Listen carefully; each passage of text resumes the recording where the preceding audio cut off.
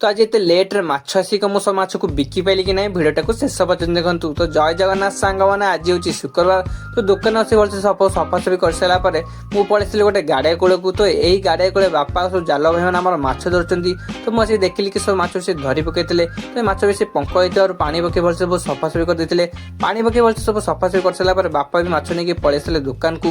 ତାପରେ ଆମର ଜଣେ ବେପାରୀ ଭାଇ ଆସିଥିଲେ ମାଛ ନେବାକୁ। ତ ଆଜି ତାଙ୍କୁ 20 କିଲୋ ମାଛ ଦରକାର ଥିଲା। ତାପରେ ସେ ଆମ ଦୋକାନରୁ ଭଲ ଭଲ ମାଛ ବାଛ ଲାଗିଲେ ତାଙ୍କ ଦୋକାନ ପାଇଁକା। ତ ବାପା ତାଙ୍କୁ ମାଛ ତାଙ୍କୁ ଦେଇ ଦେଇଥିଲେ 20 କିଲୋ।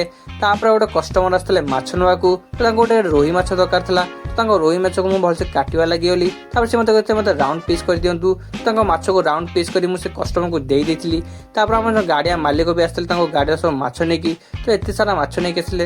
ତାପରେ ଦୁଇଟା ରତା ମାଛକୁ ମୁଁ କାଟିବା ଲାଗିଗଲି। ତ ଏଇ ରତା ମାଛ ଯଦି ଗୋଟେ ମଣିଷକୁ ମାରନ୍ତି ତାଙ୍କୁ ପୁରା ଜ୍ୱର ହେଇଯାଏ। ତାପରେ ରତା ମାଛ କାଟି ସାରିଲା ପରେ ତାପରେ ସବୁ ରୋହି ମାଛକୁ ମୁଁ କାଟି ଦେଇଥିଲି। ସବୁ ରାଉଣ୍ଡ ପିସ୍ କରିକି ମୁଁ ଆମ ଗାଡ଼ିଆ ମାଲିକଙ୍କୁ ସବୁ ମାଛ ଦେଇ ଦେଇଥିଲି। ତାଙ୍କୁ ସବୁ ମାଛ ଦେଇ ସାରିଲା ପରେ ଆଉ କିଛି ମାଛ ବଳିଥିଲା ଦୋକାନରେ। ତ ଏତିକ ସବୁ ମାଛକୁ ଆମେ ଆମ ଜାଲୁଆ ଭାଇଙ୍କୁ ଦେଇ ଦେଇଥିଲୁ। ସବୁ ଜାଲୁଆ ଭାଇଙ୍କୁ ମାଛ ଦେଇ ସାରିଲା ପରେ ଦୋକାନରୁ ସବୁ ମାଛ ସରିଯାଇଥିଲା। ତାପରେ ବାପା ଆଉ ମୁଁ ଦୋକାନକୁ ସଫାସଫି କରିକି ଘରକୁ ପଳେଇ ଆଇଲୁ। ଭିଡ଼ିଓ ଭଲ ଲାଗିଥିଲେ ଲାଇକ୍ ସବସ୍କ୍ରାଇବ୍ କରିବେ। ରହୁଛି ଜୟ ଜଗନ୍ନାଥ।